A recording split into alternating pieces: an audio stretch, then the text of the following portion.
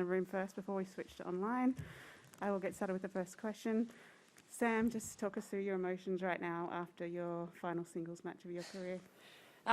Yeah, look, it feels good. It was, it was a good match today. I actually feel like I played pretty well, so I'm happy with the fact that that was the last one. I still feel good about what I was able to do out there. Pav was just too good, and I think from that aspect, it was nice to, I guess, finish against someone like her.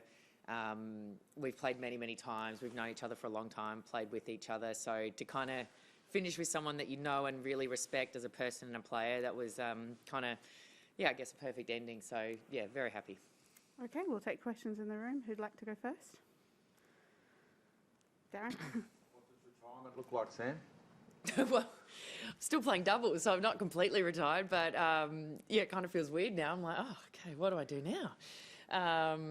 But yeah, look, I think it's obviously going to be a little bit strange waking up tomorrow thinking, okay, well, I don't have singles to prepare for or anything like that, and where the focus, will potentially shift now. But like I've said all along, I feel good about the decision, and whatever comes next is going to be good, and I'm excited for that. Okay, Craig? What do you think a daily schedule is going to be like now? Well, I mean, I'll still, I guess, I'll still wake up and go to practice and, do whatever training. And I guess in some ways that'll look a little bit different now. So it might be nice to not have to cover the full court, and you can do things in half a court and, all that sort of thing. I was feeling a little bit beaten after that first match. I did feel a little bit sore the next day and a couple of little niggles. But, look, it's going to be, I think, playing doubles, I'm going to obviously still put everything into it that I possibly can, and you can't, do things half on this tour. You've still got to be committed and, be ready to go. So probably won't change too much in all honesty, but I think playing more of a limited schedule will obviously give me some more time at home with Evie, and that'll be nice. Aki? You came to Japan quite often, and you have big fans in Japan.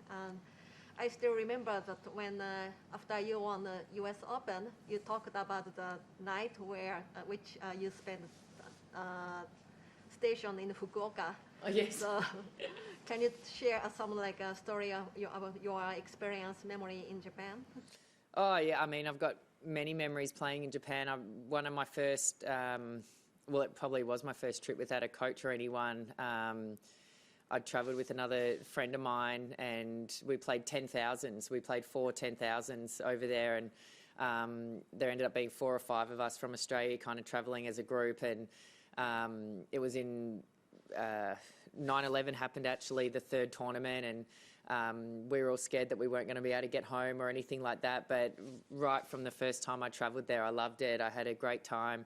I played very well. I don't know why, but I always seem to play well in Japan. I love playing there, and that's obviously continued through my whole career, having success in Osaka and being in Tokyo and everything else. So yeah, Japan's always been one of my favourite places to go and play. Okay, Ben? Congratulations, Sam, on your career. There's a big recent tradition in Australia of them naming arenas after former Australian champions. Mm-hmm. So I'm wondering, where would you like Samantha Stosur Stadium to get named? I haven't thought about that, but if there's one in the pipeline, then wherever it may be, that would be, quite an honour. Obviously, that's, not on my radar, but that would be, like I said, an honour if that was to happen one day. Okay, right here.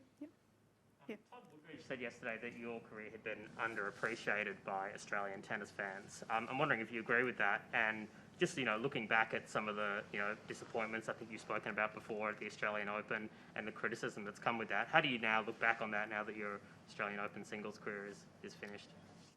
Look, I think, I don't know if I'd necessarily say it was from the fans, but look, I think it's one of those things. I had success outside of Australia, and really before social media all took off, and that became such a huge part of the media, really. So I think it was, in some ways, I was never able to play my best tennis here in Australia a lot of the time, but I still made fourth round a couple of times, but that seems to be, you know, not a good result when you've won a Grand Slam in another country. So, look, I think I'm proud of what I've been able to do, and I've always felt support from the public. And, you know, even if I'm in the supermarket, I've had that many people over the years come up to me and say congratulations and love watching you play and all that sort of thing. So, you know, I've never felt it from that point of view from the fans. So it's been a nice ride, and I think, you know, playing out on that court the last 2 days, I really felt the support from everyone, and that was a really nice way to, I guess, go out and feel that. So yeah, I've regardless of what my results have been here in singles, I've always enjoyed playing here. Craig? Obviously, the US Open would be the highest of highs for you. But if there was any aspect that you'd like to revisit and change, even if it was here or elsewhere, would there be anything? I don't think so. I mean, the old saying, I think everything happens for a reason, but I mean, I'd love to go back and win the French. But, you know, maybe losing that match helped me win the US Open. So, you know, you don't know. But, yeah, that was certainly a tournament where, I mean, besides winning the US Open, Roland Garros was probably my most successful Grand Slam. So I've got many good memories there of playing, you know, great players and somehow getting through those matches and having great results there. And I've always loved playing over there. So, yeah, maybe a French Open title would have been nice, but, you know, doesn't matter. And though you're still playing and you haven't fully hung up the rackets, what will you miss the most? Oh, to be honest, I think moments like the other day, you know, playing and getting pumped. I mean, I was that pumped up the other day. It was like I was in the semis trying to get into the final, but I was just riding it and enjoying the moment. And I think being able to feel those emotions and, you know, having a crowd behind you and you know, feeling like, yeah, I'm going to go for this shot now and have it come off. I think that's what you play for. That's the moments that you dream of when you're a little kid, is, you know, being on a big court and beating someone really good, or, you know, hitting a great shot or anything like that. So I think that doesn't really go away even at my age. You still feel, you know, that enjoyment out there. So I think, yeah, days like today and on Tuesday, just that energy and emotion, it's, yeah, you can't get that, you know, usually in normal things. So I think that's something really special. We'll do two more in the room, up the back and then Ben. Yeah. Thank you. Well, now comes doubles, no? A lot of doubles for you probably, and mixed doubles. Do you think you're going to play again with Peng Shuai?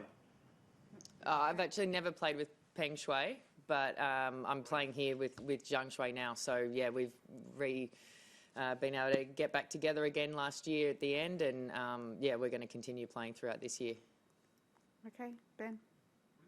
When you hear younger generation players like, you know, Ashley Sharma said this, and I think Iga Świątek also, that they're sort of been influenced by your style of tennis, that you still see sort of, in some ways, little Sam Stosur still running around the tour, you know, a decade or two younger than you at this point. What does that mean to you to have sort of a legacy just in terms of your tennis that way?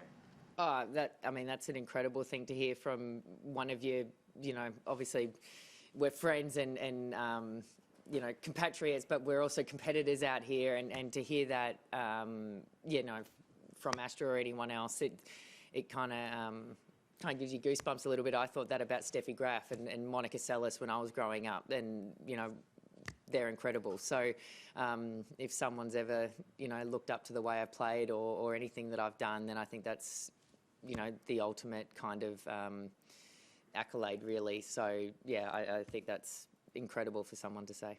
Okay, we'll do one more in the room. That one there. Yeah. Yeah, you. It was impossible not to hear a few boos from the audience when Craig Tiley came out to present your flowers after the match. How do you think the Australian Open's handled the Novak Djokovic saga? And have you been tested for coronavirus every day? We've heard different things from different players. It's funny you say that, because somebody else told me that everyone booed, and I actually didn't hear it. So believe that or not, but I didn't actually notice the boos. So I think yeah, look, I think maybe not the time or place for that, but yeah, a little bit harsh. But I think, look, it's a unfortunate situation that unfolded obviously over the last few weeks, and I think now it's behind us, and that's going to be a good thing. And I think if everyone could go back and change things, then they probably would. So hopefully nothing like that will ever happen again in the future. Okay, we'll switch to online now. Thank you. We'll go to online questions now. If you have an online question for Sam Stosur, please use the raise your hand function now. And thank you. We'll go to Courtney Newen, WTA.